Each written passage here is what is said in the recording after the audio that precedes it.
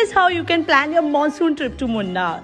Day 1. To reach Munnar, catch an overnight bus from Kochi or Bangalore, check in at your hotel and get some rest. Later, leave for Thuvnam waterfall. After witnessing this gorgeous beauty, move towards Eravikulam National Park for some wildlife.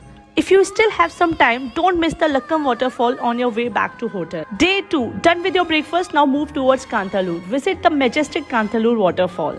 In afternoon, go for a short hike in Anaimudi Shola forest, which will take you around 3 to 4 hours through the dense forest and hidden waterfalls. Day 3. Target Suryaneli. While going to Suryaneli, don't miss the gorgeous views at Gap Road. Check in at your stay. I'll advise go for Tentkram because it is very near to Kolukumalai. Enjoy the beautiful tea gardens with activities like kayaking and zipline. In evening, hike to this beautiful sunset point near Tentkram with your gang. Day 4. Wake up at 4 a.m. and leave for Kolukumalai to see one of the best sunrise in Kerala. Come down to Tentkram, have your breakfast and get ready for another waterfall.